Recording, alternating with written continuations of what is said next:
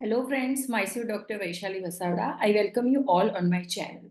सो आज हम डिस्कस करेंगे एक बहुत ही कॉमन इन्फेक्शन के बारे में, जिसकी वजह से बहुत ही कॉमन कंडीशन में अबॉर्शंस होते हैं, जिसे हम कहते हैं मेडिकल टर्म में torch infection.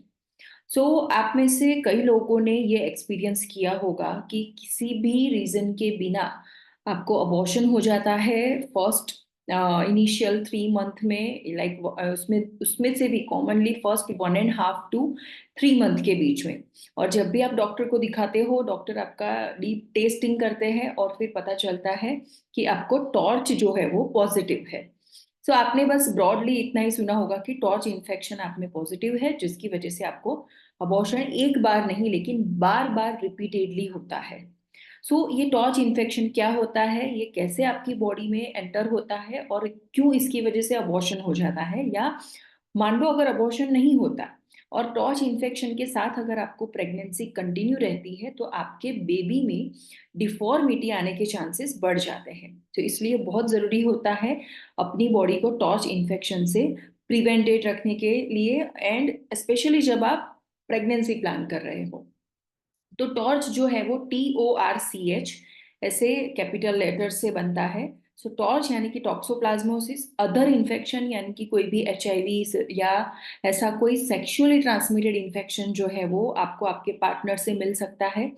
Rubella, cytomegalovirus and herpes. Herpes से आप सब वाकिफ हो। हर्पिस शायद नाम पता नहीं होगा, लेकिन जैसे बॉडी के ऊपर छोटे छोटे रैशेस हो जाना, जिसे ओरी अछबड़ा भी बोलते हैं। तो इस तरीके, सीरस भी बोलते हैं, चिकन पॉक्स, स्मॉल पॉक्स तरीके का इन्फेक्शन वो रहता है। तो ऐसे मल्टीपल 3-4 इन्फेक्शन को मिलके TORCH टॉर्च इन्फेक्शन बनता है। इसमें होता क्या है, अगर आपकी बॉडी में टॉर्च इन्फेक्शन है तो वो ब्लड के थ्रू आपके यूटेरस तक पहुंचता है।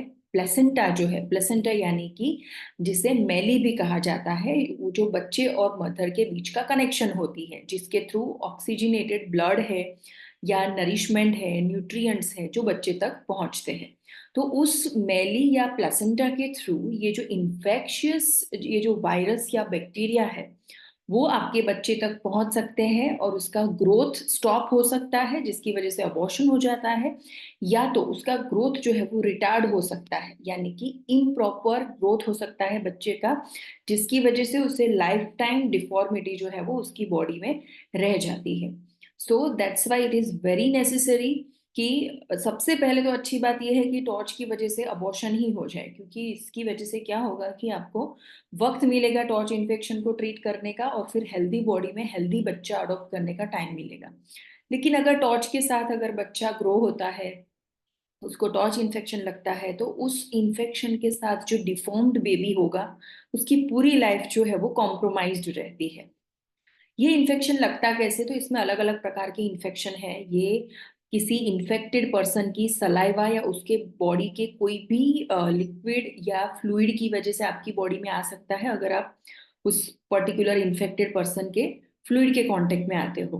टॉक्सोप्लाज्मोसिस एक ऐसा इन्फेक्शन है जो कैटल्स रखते हैं, जो पैट्स रखते हैं, जैसे कैट हो गई या कैटल्स हो गए, तो उनके थ्रू ये इन्फेक्शन जो है वो पर्सन की बॉडी में एंटर हो सकता है। और आमतौर पे जो लोग प्री कंसेप्शनल केयर नहीं करवाते हैं, उनकी बॉडी में पता नहीं चलता है कि इनको टॉर्च पॉजिटिव है या नहीं है। लेकिन जितने भी कपल्स जो प्री कंसेप्शनल केयर लेते हैं, तो उसके प्रोटोकॉल में ये टेस्ट होता ही है। अगर आपको कोई कंप्लेन या कोई सिम्टम्स है या नहीं है, लेकिन ये टेस्ट जो है वो आपका करवाया जाता है, तो इससे पहले ही पता चल जाता है कि आप इससे इन्फेक्टेड हो या नहीं हो। इससे क्यों इतना पता नहीं चलता है, क्योंकि कुछ चीज जैसे स्मॉल पॉक्स या ऐसा कुछ अगर आपको है, तो उसमें आपको सिम्टम्स दिखने को मिलेंगे। लेकिन पुरानी और कोई जो दूसरे इन्फेक्शन है, जैसे CMV है या रुबेला है, उसमें कई बार सिम्टम्स नहीं भी होते हैं, या थोड़ी कम मात्रा में फीवर आना या छोटे मोटे सिम्टम्स आके चले भी जाते हैं, और हमें पता नहीं चलता है कि ये एक्चुअली में टॉर्च इन्फेक्शन था। और जब इस तरीके से बैड ऑब्स्टेटिक हिस्ट्री डेवलप होती है, यानी कि ज्यादा, एक से ज्यादा अबॉर्शंस होने लगते हैं, बेबी में कुछ डिफॉर्मिटी आती है, और तब प्रोफाइलेक्टिकली जब करवाते हैं तभी हमें इस चीज का पता चलता है। There is a message for new couple कि जब भी आप मैरिज के बाद बेबी प्लान करते हो तो, और अगर प्री कंसेप्शनल केयर करवा रहे हो तो that is well and good, और उस दौरान टॉर्च टेस्ट हमेशा करवाते रहना चाहिए। और इसके अलावा इसे प्रिवेंट करने के लिए प्रॉपर हाइजीन जो है वो प्रैक्टिस होनी चाहिए। अगर आपके पास पेट्स है, आप कैटल का बिजनेस करते हो, और अगर आपको प्लानिंग भी करनी है बच्चे के लिए, तो उस कैटल्स या पेट से आपको थोड़ी दूरी मेंटेन रखनी चाहिए। Thank you so much for listening. You can subscribe this channel, you can click the bell icon, and you can share this video amongst your friends.